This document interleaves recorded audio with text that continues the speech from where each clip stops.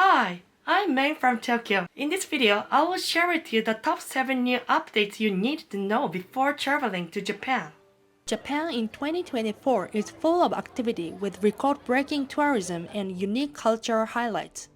Visitors are praising its culture driven by a weekend and viral travel spots while choosing the right IC card such as Welcome Suica, Suica or Mobile Suica makes trips smoother. However, challenges exist. Vandalism at Meiji Shrine, deer accidents in Nara Park, and illegal taxi services during major events have raised concerns. New Prime Minister Shigeru Ishiba has also sparked debate over his actions at the APEC summit. As Japan grows in global popularity, it faces both opportunities and challenges, showcasing its charm and complexity.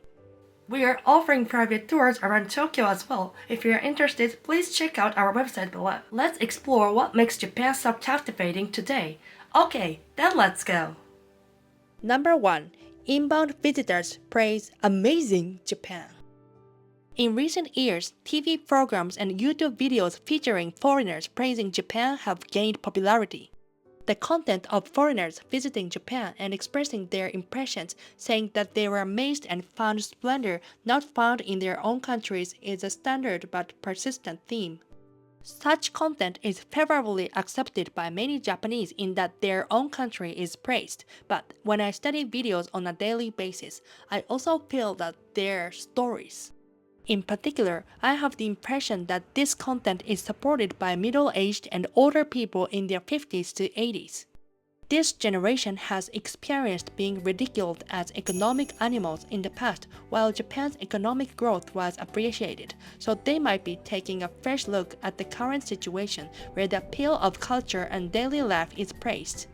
Behind the easy buzz of such praise content, I feel that there is a perception that Japan is lagging behind other countries in the fields of IT and AI, and the reality that salaries in Japan are not rising compared to wage increases in other developed countries. So, the reputation of manga, anime, and cuisine may give Japanese people a sense of confidence and security. It may not be a healthy approach, but if admiration from foreigners helps Japanese people rediscover the charms of our own country and gain confidence and healing, I think that is a positive outcome. I just discussed this topic with a friend using this one of the devices. There are quite a few popular programs on Japanese TV and YouTube where foreign tourists praise Japan. What are your thoughts on that? そういった番組が人気な背景として、日本人としてのアイデンティティが失われているかもしれないね。日本は昔世界有数の経済大国だったんだけど、それが日本人にとっての誇りであり、アイデンティティであったと思うんだ。Yeah, you're right. でもその後、日本には失われた30年と言われる経済低迷期があって、今では韓国や中国に経済的に追いつかれてしまったんだ。それですっかり自信を失ってしまったんだと思うよ。Using another mode, I also tried asking him about his thoughts on Japan's future. 外国人が日本を褒めたたえる番組というのは、これからも人気が続きそうだよね。These seamless translations were made possible thanks to the Timekettle W4 Pro, a compact and stylish device that fits right in your pocket. The one-on-one mode allowed me to converse naturally with my friend who spoke Japanese while I responded in English. And with the listen and play mode, I understood his words instantly without missing a beat. What makes the W4 Pro stand out?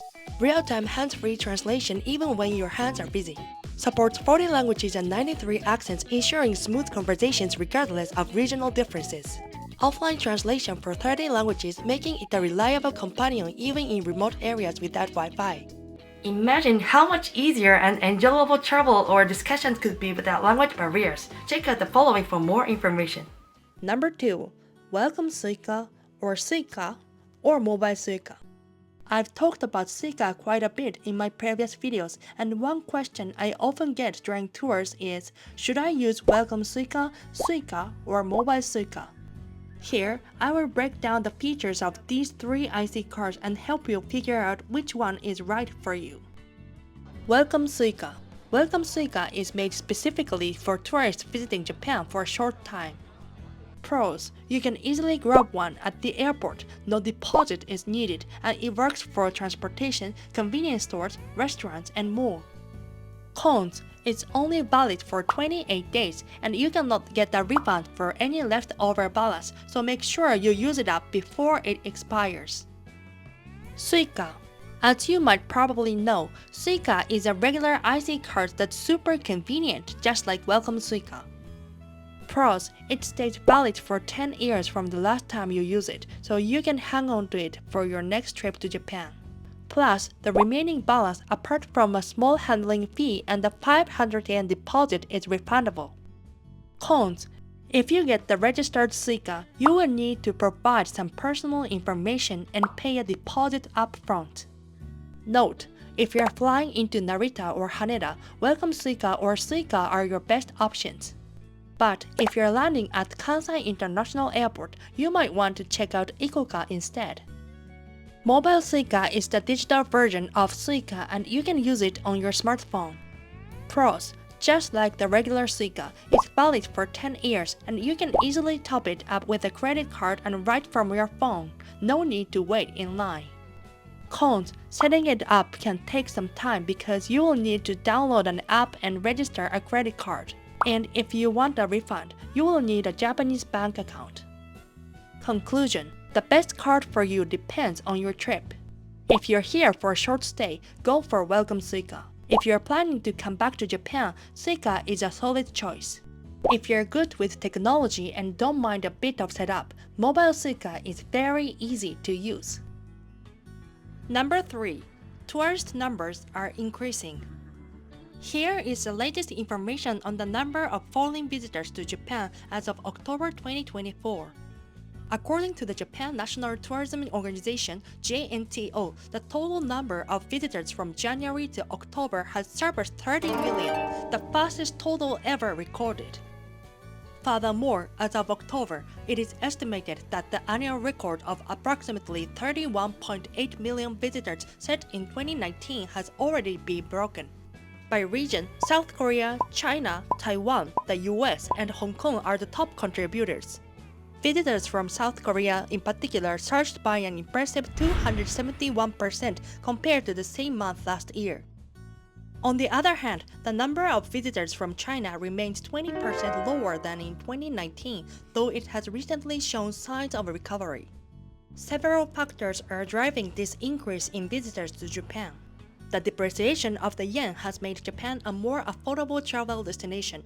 Visa restrictions for travelers from Southeast Asia have been eased, and Japanese tourism attractions are gaining popularity on SNS. However, the increase in tourist numbers is not without its challenges. We will explore these potential issues in the next section. Number 4. Graffiti at Meiji Shrine. In November 2024, an American tourist visiting Japan was arrested for vandalism after carving letters into the Torii Gate at Meiji Shrine in Tokyo. This incident has drawn a lot of attention because Meiji Shrine is an important cultural site in Japan and a famous tourist destination known as one of the country's top power spots. The police identified the suspect through surveillance camera footage and launched an investigation. Meiji Shrine, located near Yoyogi Park, was built in 1920 to honor Emperor Meiji and Empress Shoken.